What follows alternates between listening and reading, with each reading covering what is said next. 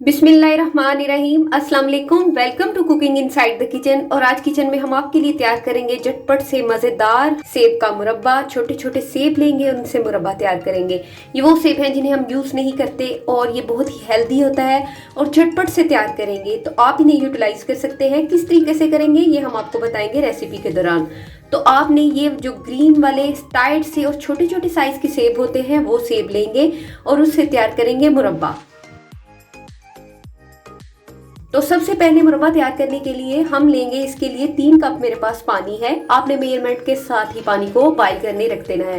देगची में जब पानी बॉईल हो रहा होगा तो इसके अंदर हम ऐड कर देंगे 1 टीस्पून सॉल्ट और इसके साथ सफेद सिरका।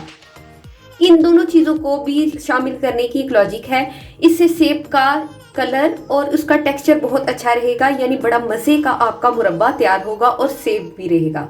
विनीगर हमने शामिल किया है 2 टेबलस्पून। और अब आप ये देख रहे हैं सेब बिल्कुल छोटे छोटे साइज के, मीडियम से ना बहुत बड़े। हमने इसे पील करके पानी में डिप करके रखा था ताकि इसकी रंगत भी खराब नहीं हो।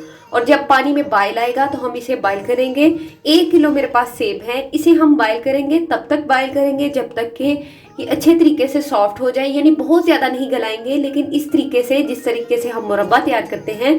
तो आप 10 मिनट के लिए मीडियम फ्लेम पे कुक करेंगे और जब आप किसी नाइफ की मदद से इसे काटेंगे तो आराम से कट जाए, इतना हम इसे बॉयल करेंगे। जी, तो तकरीबन 12 से 15 मिनट हो चुके हैं। तो हम इसे चेक करेंगे। ये देखें, ये सॉफ्ट हो चुका है लेकिन बहुत ज़्यादा सॉफ्ट नहीं हुआ। तो हमने इसी कंडीशन में इसके अंदर ऐड कर देनी है शुगर। ये जाएगी 2 कप।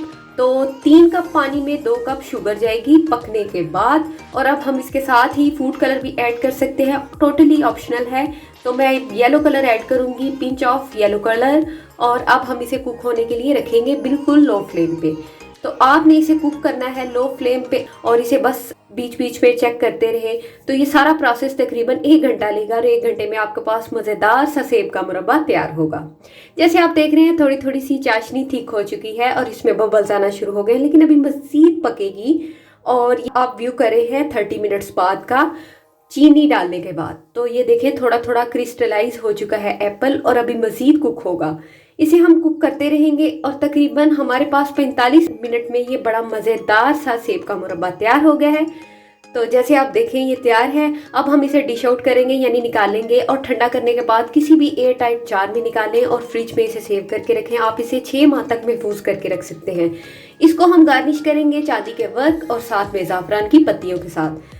तो उम्मीद है ये छोटी सी रेसिपी आपको ज़रूर पसंद आई होगी और प्लीज़ इसे फुल वॉच कीजिएगा।